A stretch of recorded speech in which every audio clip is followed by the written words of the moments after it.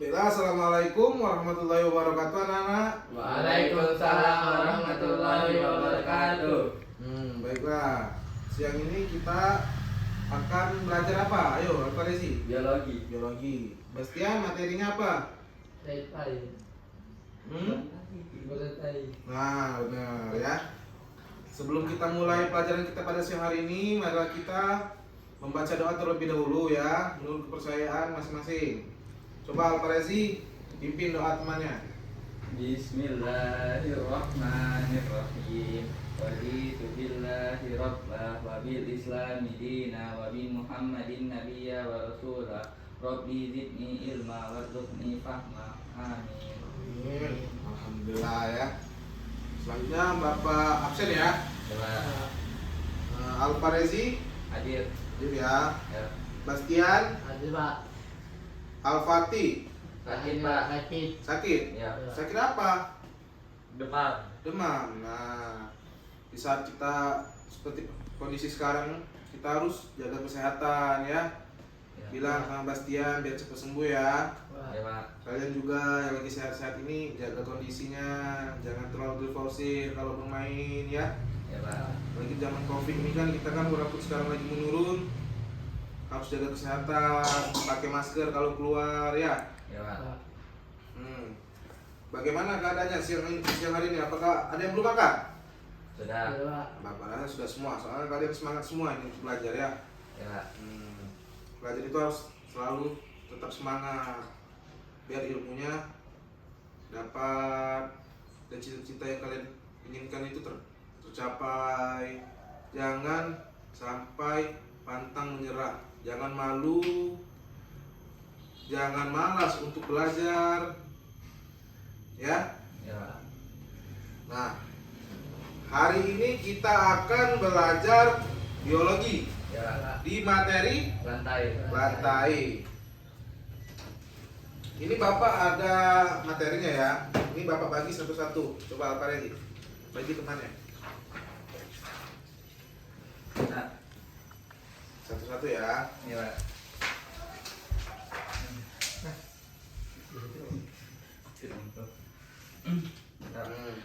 Hari ini kita belajar materi plantae, divisi Biologi. Bryophyta atau tumbuhan lumut. nah coba Bastian, Bapak tanya apa itu tumbuhan lumut? Tahu nggak apa itu tumbuhan lumut? Tumbuhan lumut merupakan sekumpulan tumbuhan kecil yang termasuk dalam biofita. Tumbuhan lumut. Ada yang pernah lihat tumbuhan lumut? Tahu nggak? Tahu. Nah ini Bapak bawa contohnya ini. Ini contoh tumbuhan lumut ini. Tumbuhan lumut yang sudah dibuat menjadi herbarium. Nah, tumbuhan lumut itu tahu kan, pernah kan lihat? Kan banyak kan ada di kadangan di tempat yang lembab, Ya, Pak. ya kan? Ya. Got, ya kan? Ya. Banyak kan? Ya. Nah, selanjutnya itu kita akan memasuki materi ciri-ciri tumbuhan lumut atau Biofita. nah, ciri-ciri tumbuhan lumut ini mengalami pergiliran keturunan atau metagenesis. Nah, dalam proses metagenesis ini lumut mengalami dua fase kehidupan, yaitu fase Gametofit dan fase sporofit diploid. Nah, lumut itu hidupnya itu secara Berkoloni. tidak memiliki pembuluh darah sebab tidak memiliki Daun. terus Batang maupun akar senjata. nah, pinter kalian kan. Kalau kalian sudah makan kan pasti otaknya mesti lancar menangkap materi Bapak. Nah, habitatnya ini berada di tempatnya seperti apa? Lembab dan terlindungi dari cahaya matahari seperti basah hutan, permukaan batang pohon, tembok dan sumur. Nah, terus juga ada juga yang berhabitat di tempat basah dan sanggup hidup di air seperti Sphagnum. nah, terus Tumbuhan lumut memiliki beberapa ciri, antara lain sebagai berikut. nah, ciri-ciri tumbuhan lumut atau bryophyta ini merupakan antara lain yang pertama itu sel-sel penyusun tubuhnya ini mempunyai dinding sel yang tersusun atas selulosa. Multiseluler, tidak memiliki pembuluh darah seperti xilem dan phloem. Nah, dan yang kedua itu ciri-ciri tumbuhan lumut, air masuk dalam tubuh lumut secara imbibisi. Nah, sementara hasil fotosintesis didistribusikan secara difusi. Nah, daya kapilaritas dan dengan aliran Plasma. Nah, dan yang ketiga itu ciri-ciri tumbuhan lumut ini memiliki Dinding sel yang terdiri dari Terdiri atas selulosa. nah, terus mengalami. Metagenesis. Nah, selanjutnya juga ciri-ciri tumbuhan lumut ini merupakan peraliran antara talopita dan kormopita. Nah, permukaan luar tubuh dilapisi dengan lapisan berlilin yang berguna untuk menahan masuknya air dan mengurangi penguapan. Dan selanjutnya itu akar berupa akar Semu. Rhizoid. Nah, akar semu ya. Berarti akar pada tumbuhan lumut ini merupakan akar Semu. nah, atau Rhizoid. yang terdiri dari beberapa lapis sel parenkim dan berbentuk seperti rambut atau benang-benang. Bisa dibayangkan? Bisa ya? Ya. Seperti rambut halus yang panjang-panjang itu, kalian pernah lihat kan? Dewa. Akar ini juga berfungsi untuk menempelkan lumut. Zigot berkembang menjadi embrio dan akan tetap tinggal di dalam gametenium betina. Sperma diproduksi antheridium dan ovum diproduksi archegonium. Nah, selanjutnya kita masuk ke divisi 3 tumbuhan lumut Biota. nah, coba Bastian. Apa saja 3 divisi tumbuhan lumut itu?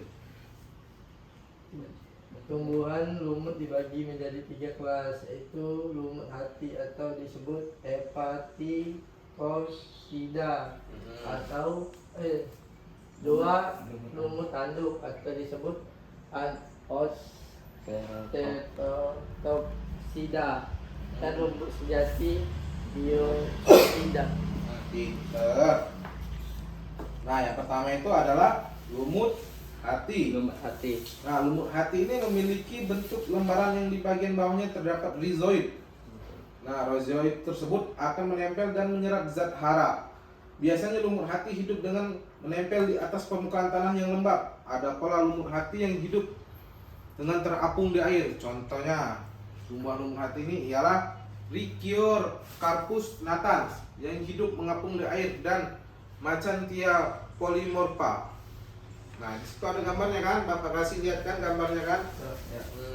Itu contoh tumbuhan lumut ya. Ya. Nah, yang kedua ada lumut tanduk atau Cerotopsida. Nah, lumut tanduk ini memiliki bentuk lembaran yang ujungnya bercabang seperti tanduk. Bisa bayangin kan? Ya. Lumutnya kan? Ya. Seperti ini, tapi di sininya ada tanduknya seperti bercabang, seperti tanduk ya. Ya. Nah, sesuai dengan namanya, lumut tanduk ini bisa ditemukan di wilayah Perairan seperti di tepi sungai, tepi danau, dan di sepanjang selokan. Nah, contoh tumbuhan lumut ini ialah lumut tanduk itu tersendiri ialah Cerotopsida.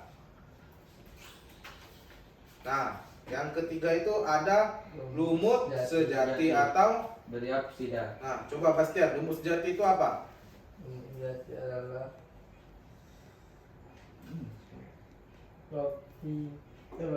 Bryopsida, lumut sejati atau Bryopsida nama ilmiahnya ada pol yang umumnya tumbuh di tanah, nah, terus tembok, dan tempat-tempat terbuka lainnya.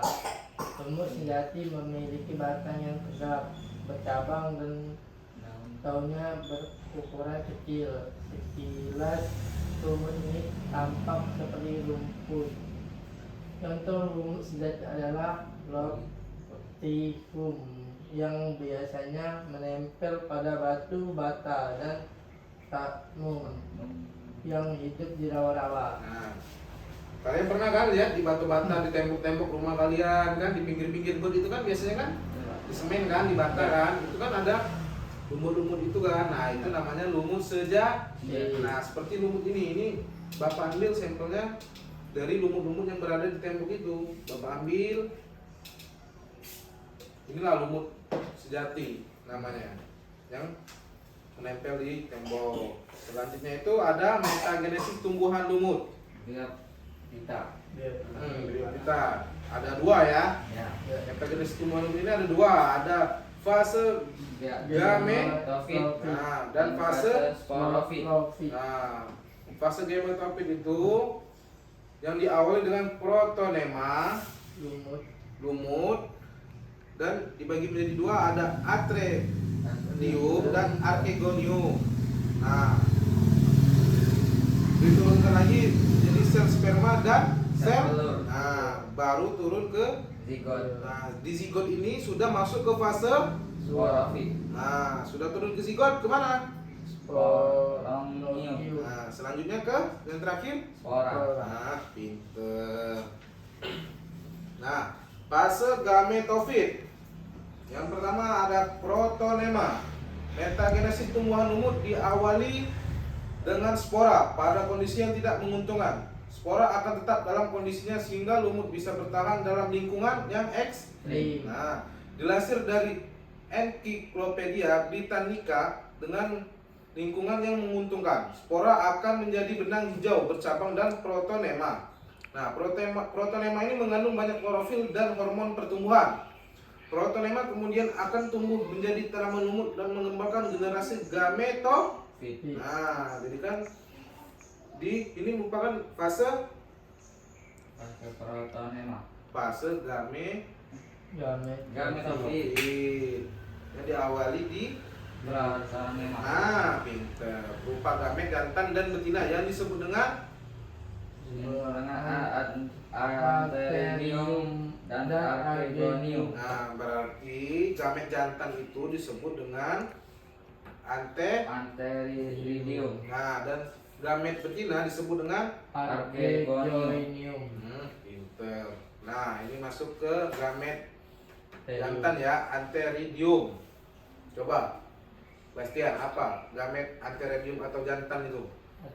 Antheridium adalah untuk tanaman yang lumut yang merupakan gamet jantan. Antheridium kemudian menghasilkan beberapa sel sperma yang motif atau bisa bergerak karena dilengkapi dengan alat gerak merupakan flagella. Nah, berarti alat gerak pada Antheridium ini berupa Flagella.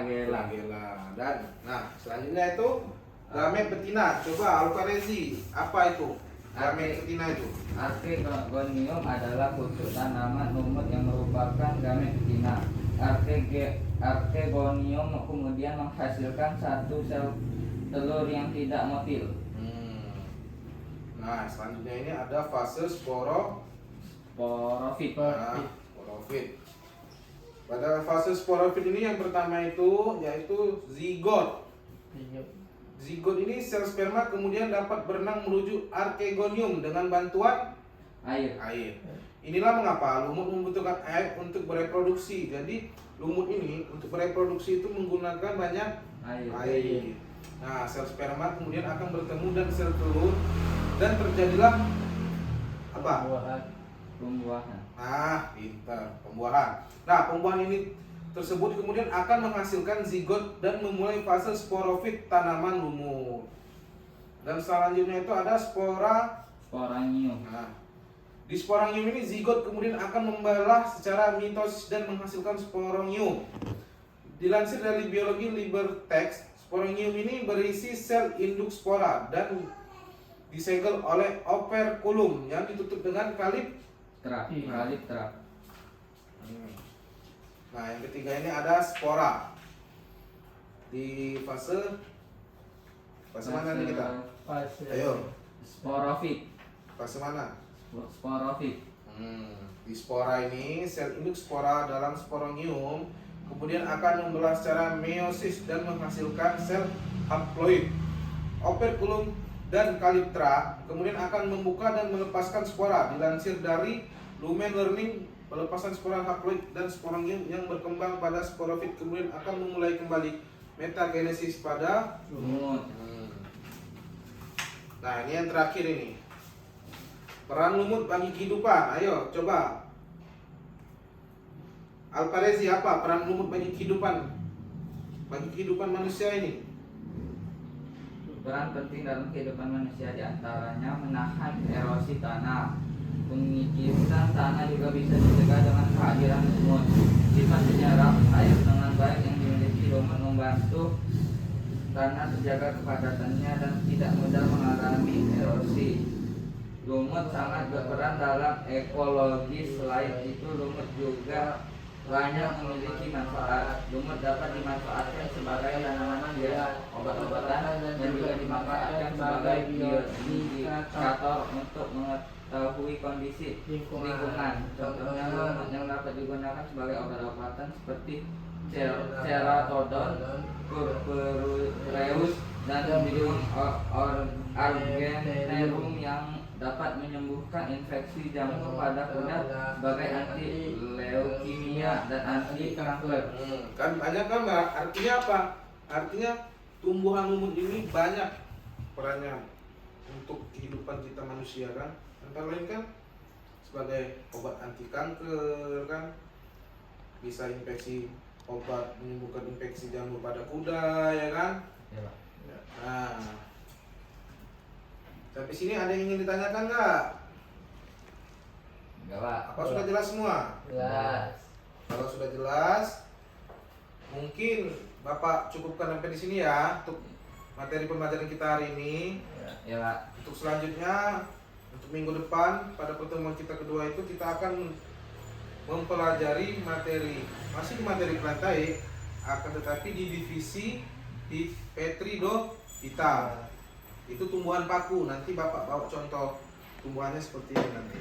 Nah, ini merupakan contoh herbarium. Nanti di pertemuan kedua Bapak akan ajarkan cara membuat herbarium ya. Ya, Pak. Mungkin Bapak tutup ya. Ya, Pak. Selanjutnya Bapak tutup. Sekian dari Bapak. Apabila Bapak ada salah kata, Bapak mohon maaf. Kepada Allah Bapak mohon ampun. Wabillahi taufiq wal hidayah. Wassalamualaikum warahmatullahi wabarakatuh. Waalaikumsalam warahmatullahi wabarakatuh.